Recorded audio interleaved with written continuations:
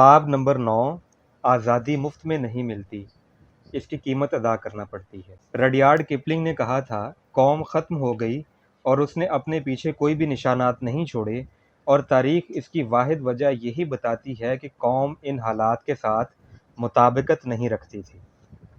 Denmark کے بادشاہ کو قید میں ڈالے جانے سے پہلے بادشاہ کرسچن دہم نے دیکھا کہ ایک عمارت پر نازی جھنڈا لہرا رہا ہے۔ بادشاہ نے اس جرمن فوجی سے کہا کہ عمارت سے نازی جھنڈا اتار دیا جائے۔ افسر نہیں مانا۔ بادشاہ نے کہا کہ اگر تم ایسا نہیں کرتے تو ہمارا ایک سپاہی جائے گا اور جھنڈا اتار دے گا۔ افسر نے کہا کہ وہ مار دیا جائے گا۔ بادشاہ بولا، ایسا نہیں ہوگا کیونکہ وہ سپاہی میں خود ہوں۔ پھر وہ جھنڈا اتار دیا گیا۔ کرسچن دہم 1912 سے 1947 تک ڈنمارک کا بادشاہ رہا۔ معاشرے کی بیلنس شیٹ۔ لوگوں کی سوچ کے انداز معاشرے کی سوچ بناتے ہیں۔ ایک بار ایک گاؤں کے لوگوں نے غریب بچوں کے لیے دودھ اکٹھا کرنے کی مہم شروع کی۔ ہر خاندان سے کہا گیا کہ ہر صبح دن نکلنے سے پہلے ایک گلاس دودھ ایک برتن میں ڈالنا ہوگا۔ ایک دیہاتی نے سوچا کہ چونکہ ہر کوئی دودھ دے رہا ہے تو میں اگر ایک گلاس پانی دے دوں تو کیا ہوگا، اس طرح کسی کو بھی پتہ نہیں چلے گا۔ اگلا دن آیا اور دیہاتیوں نے ایک ایک گلاس ڈرم میں ڈال دیا۔ جب ذرا روشنی پھیلی اور لوگوں نے اس ڈرم کو کھولا تو دیکھا ڈرم میں صرف پانی تھا۔ کیا آپ اس دیہاتی کی طرح ہیں؟ کیا آپ ایسی جگہ رہنا چاہیں گے جہاں آپ کے ہمسائے میں ایسے لوگ رہتے ہوں جو غیر ذمہ دار لوگ انفرادی ذمہ داری کو سمجھنے کے بجائے ذاتی اور ناجائز فائدے میں زیادہ دلچسپی رکھتے ہوں؟ معاشرے کے ارکان کی حیثیت سے ہم ایک دوسرے سے جڑے ہوتے ہیں۔ معاشرے کے کسی بھی گروہ، چاہے وہ حکومت ہو یا کوئی کاروباری افراد کی جانب سے دھوکہ، چاہے وہ بیرونی طور پر نظر نہ بھی آئے لیکن وہ معاشرے کو اندر سے ضرور کھوکھلا کر دیتا ہے۔ یہاں یہ سوال ابھرتا ہے کہ ہمارے معاشرے میں اکثریت کن لوگوں کی ہے؟ کیا یہ لوگ عقل مند ہیں یا جاہل؟ عام طور پر یہ سمجھا جاتا ہے کہ کسی معاشرے میں جاہل افراد زیادہ ہوتے ہیں، اور اگر آپ صرف تعداد کو ہی دیکھیں تو جاہل لوگ زیادہ ہونے کی وجہ سے وہ عقل مندوں پر بھی حکومت کرتے ہیں۔ یہ عجیب گڑبڑ ہے۔ ایک دن ایک کسان جا رہا تھا کہ رستے میں ایک پتھر سے ٹکرا گیا۔ کسان نے شکایتی لہجے میں کہا، پتہ نہیں کس نے اتنا بڑا پتھر راستے میں پھینکا ہے، کسی کو نظر بھی نہیں آیا، کوئی اٹھاتا بھی نہیں۔ یہ کہہ کر کسان آگے بڑھ گیا۔ اگلے دن ایک گوالے کے ساتھ یہی معاملہ پیش آیا، وہ بھی شکایت کرتا ہوا آگے بڑھ گیا لیکن پتھر کو نہیں ہٹایا۔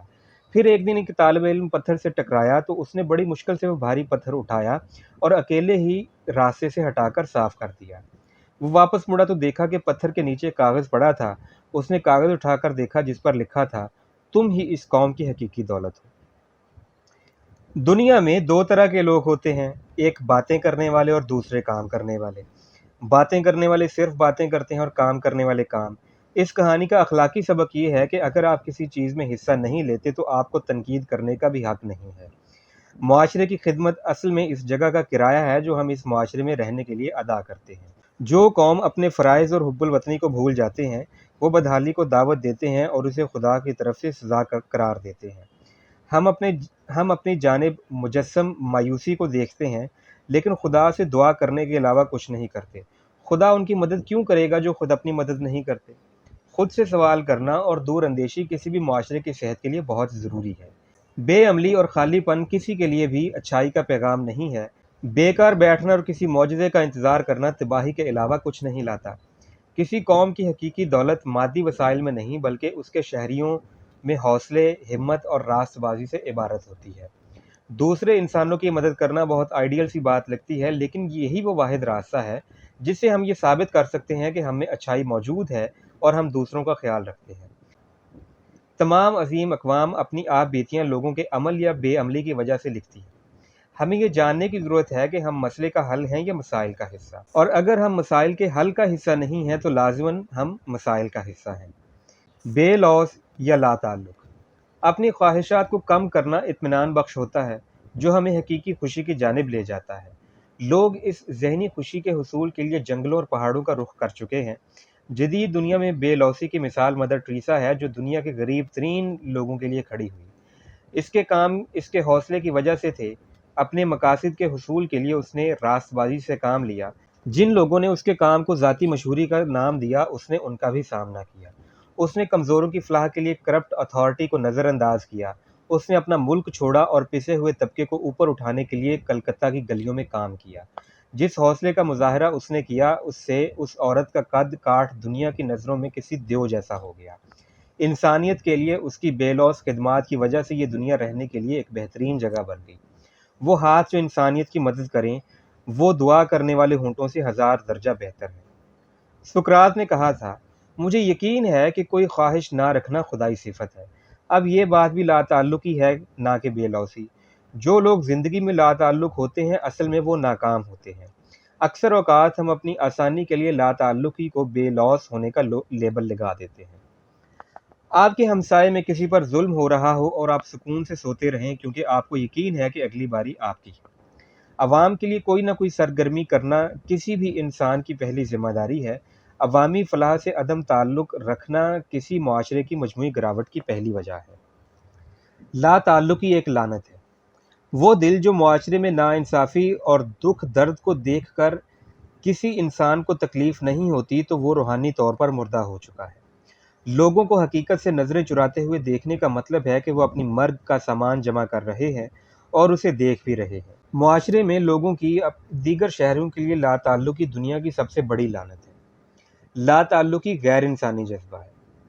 دنیا کے بڑے لیڈر کسی وقت میں اپنے معاشرے سے لا تعلق رہے ہوں گے اور اسے بے لوث ہونے کا نام دیتے ہوں گے، لیکن کسی چیز نے انہیں مجبور کیا اور اس قدر غصہ دلایا کہ وہ اپنا کردار ادا کرنے کے لیے تیار ہو گئے۔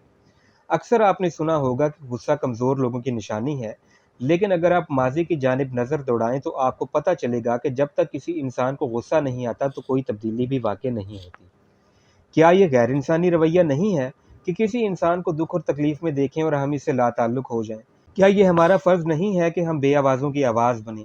نا انصافی کے دور میں خاموش رہنا سب سے بڑی لا تعلقی ہے۔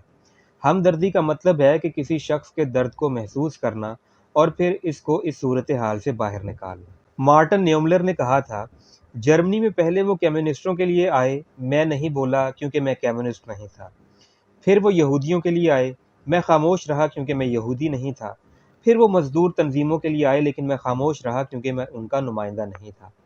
پھر وہ کیتھولک عیسائیوں کے لیے آئے لیکن میں خاموش رہا کیونکہ میں کیتھولک نہیں تھا۔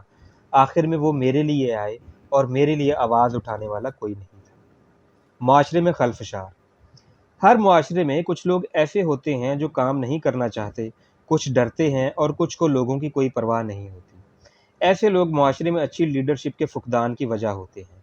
معاشرے میں ثابت قدم ہونے کی ایک قیمت ہوتی ہے اور دوسروں کے لیے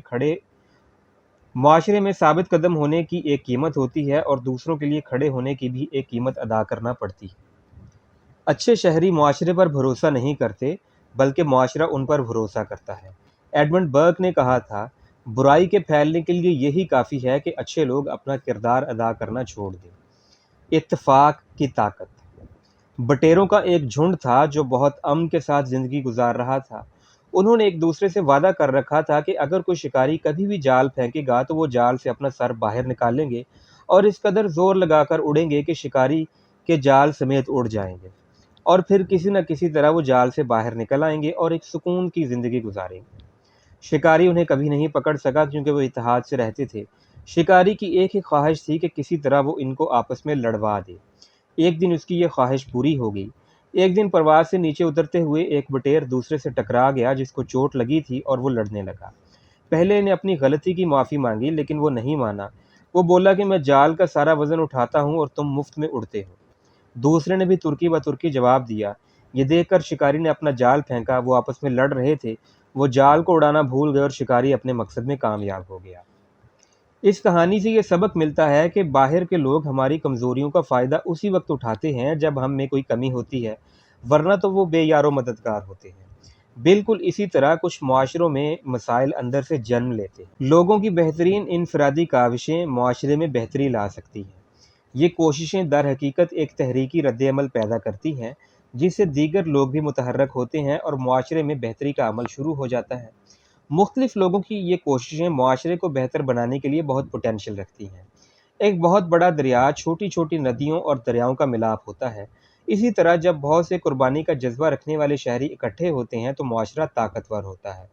یہ باہمی مدد کے جذبے کو بیدار کرتی ہے، مل کر کام کرنے کے جذبے کو پیدا کرتی ہے اور ہماری سوچ کو وسیع کرتی ہے۔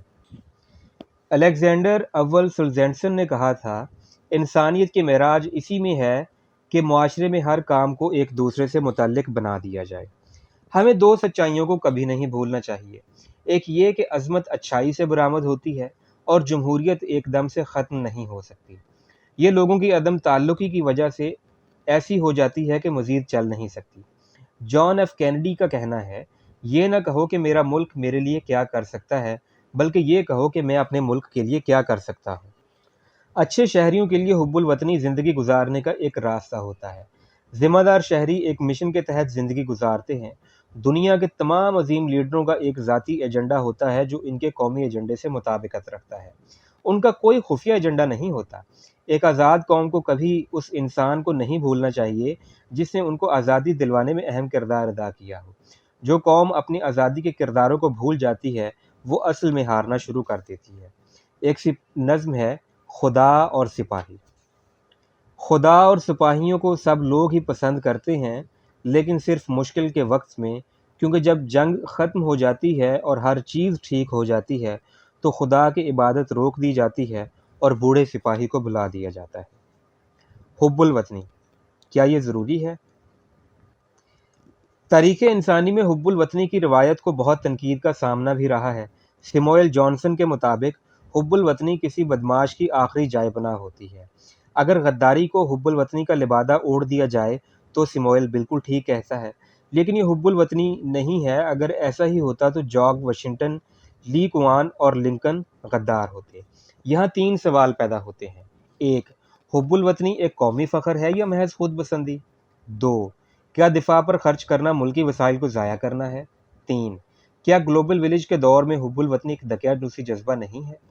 شہریوں کو یہ سمجھنا چاہیے کہ اگر کسی چیز پر آپ کے ملک کے نام کی مہر لگی ہے اور وہ دوسرے ملک درآمد ہوتی ہے تو یہ بھی ایک فخر کی علامت ہے۔ ایک بہترین چیز بنانا اور پھر دوسرے ملکوں کو بیچنا ایک بہت بڑے فخر کی بات ہے۔ اپنے ملک پر فخر کرنے کا ہرگز یہ مطلب نہیں ہوتا کہ میرا ملک تمہارے ملک سے اچھا ہے۔ لوگ یہ بھی کہتے ہیں کہ حب الوطنی کو لے کر ہر سال اربوں روپے فوج اور دفاع پر خرچ کیے جاتے ہیں، جو انسان کی بہتری اور فلاح کے لیے بھی خرچ کیے جا سکتے ہیں۔ لیکن جب تک اس دنیا میں دہشت گرد اور ہٹلر جیسے لوگ ہیں تو انسانوں کو فوج اور دفاعی اداروں کی ضرورت رہے گی۔ بلا شبہ انہیں دفاعی فوج کہا جاتا ہے کہ نہ کہ حملہ آور فوج۔ کیا کوئی غیرت مند قوم ہٹلر جیسے شخص کو خوش آمدید کہہ سکتی ہے؟ یہ کہا جاتا ہے کہ آج دنیا گلوبل ولیج بن چکی ہے اور یہ کہ سرحدیں بے معنی ہو چکی ہیں۔ کیا ہم نہیں جانتے کہ خاردار تاریں اور ہمارے گھر کی چار دیواری ایک جیسا تقدس رکھتی ہیں؟ غدار، غدار جو چند سکوں کے عوض اپنے ملک کا سودا کرتے ہیں وہ کبھی بھی خوش نہیں رہ سکتے۔ ایک لڑکی روزانہ ایک قلعے کے کنویں سے پانی لینے جاتی تھی۔ ایک دن فوج نے اس کے قلعے کو گھیر لیا اور لڑکی کو ہیرے جواہرات کا لالچ دیا۔ لڑکی نے سودے بازی کر لی اور کہا کہ وہ رات کو قلعے کے پھاٹک کھول دے گی۔ جیسے ہی پہلا فوجی اندر داخل ہوا تو لڑکی نے کہا کہ میرا انعام دو۔ اس نے کہا یہ لو اور لڑکی کا بازو کاٹ دیا۔ اسی طرح فوجی ایک ایک کر کے اندر داخل ہوتے گئے اور اس کے اعضاء کاٹتے رہے یہاں تک کہ لڑکی مر گئی۔ قومیں بھی ایسے ہی غداری کر کے مردہ ہو جاتی ہیں۔ ایک فرانسیسی لکھاری نے لکھا تھا کہ مروجہ غداری سے ہٹ کر اگر دیکھا جائے تو زیادہ تر لوگ غدار ہوتے ہیں۔ بینڈکٹ آرنلڈ ایسا ہی ایک غدار تھا۔ امریکی جنگ آزادی کے دوران اس نے اپنی قوم کے راز برطانیہ کو بیچے۔ اس کے لوگوں کو پتہ چلا لیکن وہ برطانیہ بھاگ جانے میں کامیاب ہو گیا۔ تاہم برطانیہ میں بھی لوگ اسے دیکھنا اور بات کرنا پسند نہیں کرتے تھے۔ ایک شخص نے اس کے منہ پر تھوکا اور اس کا نام ہی آرنلڈ غدار پڑ گیا۔ آزادی مفت میں نہیں ملتی۔ عملی منصوبہ یا ایکشن پلان۔ معاشرے میں بہتری کا کام کرنے کے لیے کسی منصوبے پر کام کریں۔ یہ ایڈ سے متاثرہ افراد یا بچوں کو ظلم سے بچانا بھی ہو سکتا ہے۔ اگر آپ نہیں جانتے کہ کہاں سے شروع کرنا ہے تو کوئی فلاحی تنظیم یا گروپ میں شامل ہو جائیں۔ سیاسی طور پر بھی متحرک ہوں تاکہ آپ اپنی کمیونٹی کی بہتری کے لیے فیصلہ سازی میں شامل ہو سکیں۔ باب نمبر 10، انصاف، عمل کی سچائی۔ اس سے بڑا ظلم کوئی نہیں ہوگا جو انصاف اور قانون کی چھتری تلے کیا جائے۔ Charles Louis Secondat. انصاف اور قابل احترام زندگی ساتھ ساتھ چلتے ہیں۔ جہاں قانون اور انصاف کی حکمرانی نہیں ہوتی وہاں ظلم کا راج ہوتا ہے۔ ایک دفعہ میئر لاگارڈیا نیو یارک میں رات کی عدالت کو ہیڈ کر رہا تھا۔ موسم بہت سرد تھا۔ اچانک ایک کانپتے ہوئے آدمی کو لایا گیا جس پر روٹی چوری کرنے کا الزام تھا۔ جب اس سے اس کی وجہ پوچھی گئی تو اس نے بتایا کہ اسے اپنے بھوکے بیوی بچوں کو کھلانے کے لیے چوری کرنا پڑی۔ اس نے کہا کہ تمہیں جرمانہ ہوگا کیونکہ قانون کا تقاضا یہی ہے۔ جج نے اسے $10 جرمانہ کیا اور اپنی جیب سے $10 نکالے اور ادا کر دیا، اور کہا کہ اس کمرہ عدالت میں موجود ہر شخص کو $0.5 جرمانہ بھی کرتا ہوں، کیونکہ یہ ایسے شہر میں ہوتے ہیں جہاں ایک شخص کو بھوک کی وجہ سے چوری کرنا پڑی اور انہیں خبر بھی نہیں۔ عدالتی اہلکار نے ان سے جرمانہ اکٹھا کیا اور اس ملزم کو دے دیا۔ عدالتی نظام میں جس شخص پر کوئی الزام ہو اسے جواب دہ ٹھہرانا ضروری ہے اور اسے اس کے نتائج بھی بھگتنا چاہیے، لیکن عدالتی نظام کو بھی چاہیے کہ وہ کمزور لوگوں یا ملزموں کے ساتھ بھی کچھ نرمی کا رویہ اختیار کرے۔ انصاف صرف ہونا نہیں چاہیے بلکہ انصاف ہوتا نظر بھی آنا چاہیے، لیکن اس کا مطلب یہ بھی نہیں کہ لوگوں کو کھلا چھوڑ دیا جائے کہ وہ غلط کرتے پھریں، اور انہیں یہ توقع بھی نہیں ہونی چاہیے کہ جرم کے بعد انہیں معاف کر دیا جائے گا۔ بہت سے ملزموں کا یہ خیال بھی ہوتا ہے کہ جرم کرنے کے بعد وہ عدالت کے سامنے جھوٹ بول کر آزاد ہو جائیں گے۔ جرم کے حوالے سے سب سے بڑا فائدہ اس خیال کا پیدا ہونا ہے کہ اسے کوئی کچھ نہیں کہہ سکتا۔ اگر جرم سے چشم پوشی کی جاتی ہے تو اس سے یہ خیال پیدا ہوتا ہے کہ اس معاشرے میں جرم قابل قبول ہے۔ ایسا رویہ کسی جائز ہمدردی کے راستے بھی محدود کرتا ہے۔ عدالت کے انصاف سے عادی مجرم اور کسی بدقسمت شخص میں فرق نظر آنا چاہیے۔ رین ڈیکارٹ نے کہا تھا، ایک ریاست اس وقت اچھا کام کرتی ہے جب وہاں چند قوانین ہوتے ہیں اور ان کی پاسداری بھی ہوتی ہے۔ ایک قدیم کہانی ہے۔ ایک بار سچائی اور دھوکہ اکٹھے سفر کر رہے تھے۔ سچائی شکل صورت سے کافی نحیف لگ رہی تھی۔ دھوکے نے پوچھا، تمہاری حالت کچھ اچھی نہیں لگ رہی؟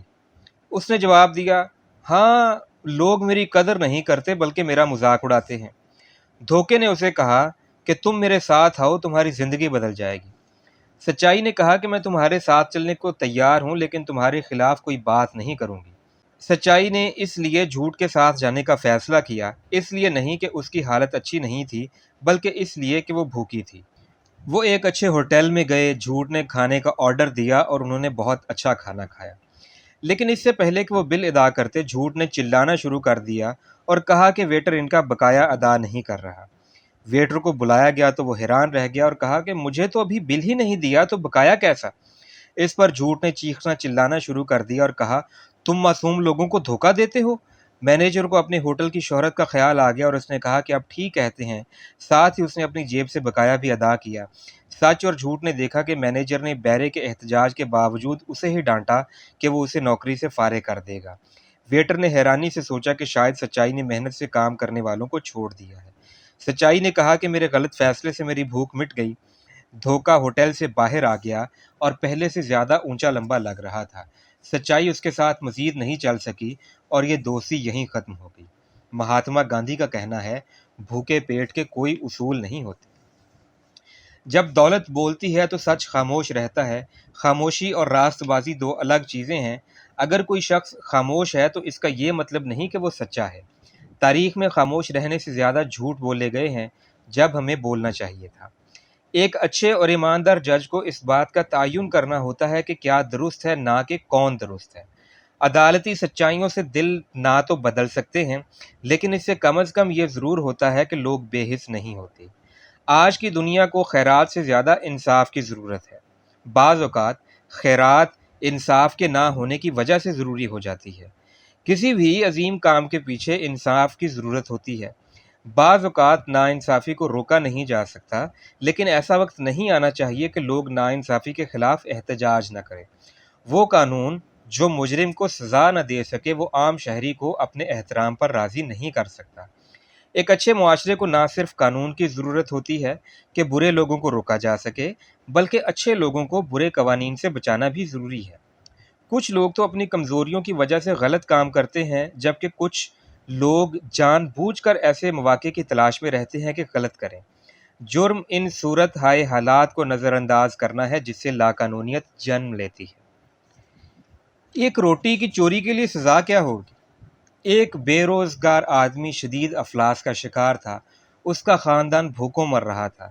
ایک سرد رات وہ اپنے بچوں کی بھوک برداشت نہ کر سکا۔ وہ اپنے ہمسائے میں ایک دکان پر گیا اور ایک روٹی چرا لایا۔ وہ پکڑا گیا، کیس چلا اور اسے 1 سال کی سزا ہوئی۔ جیل میں بھی اسے اپنے بچوں کی یاد آتی۔ اس نے 3 بار بھاگنے کی کوشش کی اور ہر بار پکڑے جانے پر اس کی سزا میں کل 15 سال کا اضافہ ہو گیا۔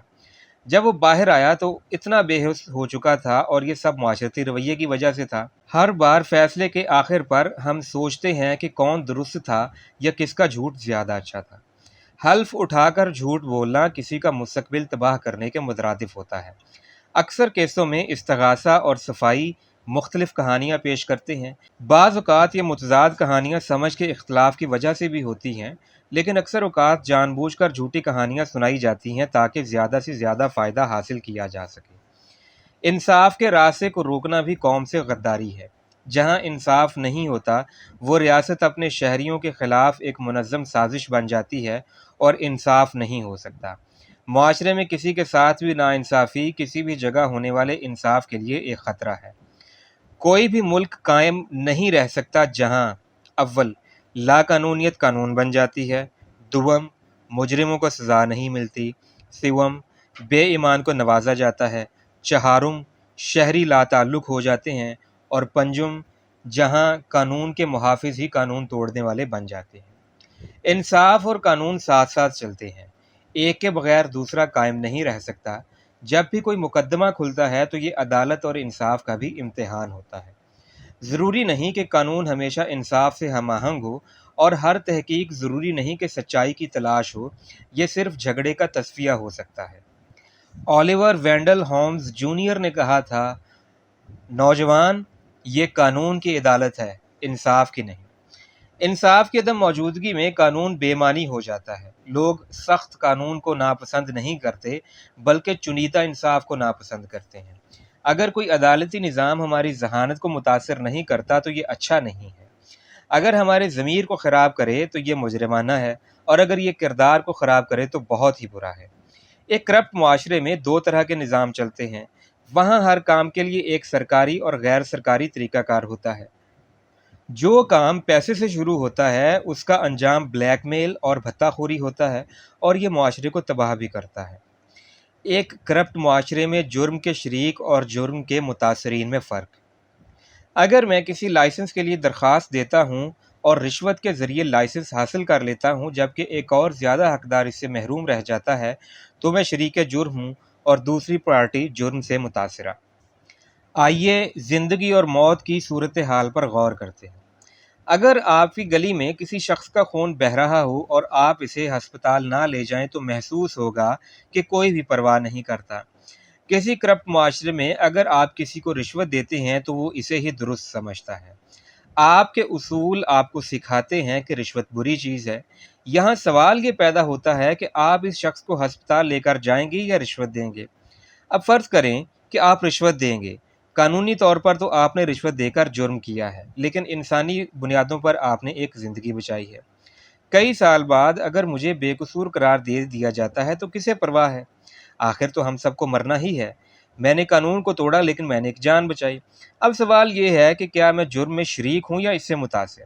اکثریت یہ کہے گی کہ میں متاثرہ فریق ہوں۔ میرا یقین ہے کہ کرپٹ معاشروں میں لوگ شریک جرم نہیں ہوتے، بلکہ وہ اس سے متاثر ہوتے ہیں۔ مہاتما گاندھی نے کہا تھا، حکومت سے تعاون اس وقت تک فرض ہے جب تک وہ ہمارے احترام کا تحفظ کرتی ہے۔ جب حکومت آپ کا تحفظ نہیں کر سکتی، اس کے بجائے وہ آپ کے تحفظ کو ہی چھین لیتی ہے، تو عدم تعاون آپ کا فرض بن جاتا ہے۔ جہاں لاقانونیت ہی قانون بن جائے، وہاں کے شہری ڈاکو، جھوٹے اور دھوکے باز بن جاتے ہیں۔ انہیں قانونی کام بھی غیر قانونی طریقے سے کرنا پڑتا ہے۔ زمین کا قانون اور انسانیت کا قانون۔ بہت سے عظیم لیڈروں نے انسانیت کی بہتری کے لیے عدلیہ کو چیلنج کیا۔ کچھ بڑے لیڈروں جیسا کہ گاندھی اور مارٹن لوتھر کنگ جونیئر نے دنیاوی قانون کو چیلنج کیا۔ گاندھی نے انگریزی قوانین کو توڑا۔ قانون توڑنے والا مجرم کہلاتا ہے۔ سو گاندھی تاریخ کا ایک بڑا مجرم ہے، کیونکہ گاندھی نے اس دنیاوی قانون کے بجائے انسانیت کے قانون کا علم بلند کیا، جو دنیاوی قانون سے کہیں زیادہ محترم ہے۔ سینٹ اگسٹائن کا کہنا تھا، انصاف کو ختم کر دیا جائے تو ریاست مجرموں سے بڑھ کر کچھ نہیں ہوتی۔ جب بھی قانونی حقوق اور انسانی حقوق کا تصادم ہوتا ہے تو قانون اور انصاف پر نظر ثانی کی ضرورت پڑتی ہے۔ گاندھی نے برطانوی حکومت کی جانب سے نمک پر عائد کردہ ٹیکس کو ختم کرنے اور غریب ترین طبقے کے لیے قانون کو توڑا تھا۔ اس احتجاج کا بہت جذباتی فائدہ ہوا۔ گاندھی نے ساحل سمندر سے نمک اکٹھا کرنا شروع کیا اور ہزاروں لوگوں نے اس کی پیروی کی اور گرفتار ہوئے۔ یہ برطانوی استعمار کے خلاف احتجاج کی ایک قسم تھی۔ یہ عدالت کو ایک چیلنج اور انسانیت کا علم بلند کرنا تھا۔ ایک غیر منصفانہ قانون کو توڑنا اور بھاگنے کے بجائے اس کے نتائج کو بھگتنا اصل میں قانون کا احترام ہی ہوتا ہے۔ جو حکومت لوگوں کو بلا وجہ گرفتار کرتی ہے وہ اپنے شہریوں کے غیظ و غضب کو دعوت دیتی ہے۔ ناانصافی اور تکلیف کی من چاہی تشریح لوگوں کے لیے ناقابل قبول ہونی چاہیے، کیونکہ یہ انسانی عظمت کو ختم کرتی ہے۔ ہماری زندگی میں ایک وقت ایسا بھی آتا ہے جب ہمیں حق کے لیے کھڑا ہونا پڑتا ہے۔ گاندھی جی نے لوگوں کو سول نافرمانی تحریک پر ابھارنے کے لیے تیار کیا۔ گاندھی جی نے لوگوں کو سول نافرمانی تحریک پر ابھارنے کے لیے تیار کیا، جو اخلاقی طور پر بالکل جائز تھا۔ کسی بھی بڑی طاقت یا دولت کے بغیر گاندھی نے لاکھوں افراد کو متحرک کیا۔ گاندھی جی کا کہنا تھا، عدم تعاون کی تحریک ریاست کے خلاف نہیں بلکہ بعض اقدامات کے خلاف ہوتی ہے۔ یہ حکومت چلانے والوں کے خلاف نہیں بلکہ اس نظام کے خلاف ہوتی ہے جس کے تحت وہ حکومت چلاتے ہیں۔ عدم تعاون کی جڑیں نفرت میں نہیں بلکہ لاقانونیت کے خلاف ہوتی ہیں۔ کوئی بھی قانونی نظام جو لوگوں کو تکلیف دے وہ پرانا ہوتا ہے اور اس پر نظر ثانی ضروری ہو جاتی ہے۔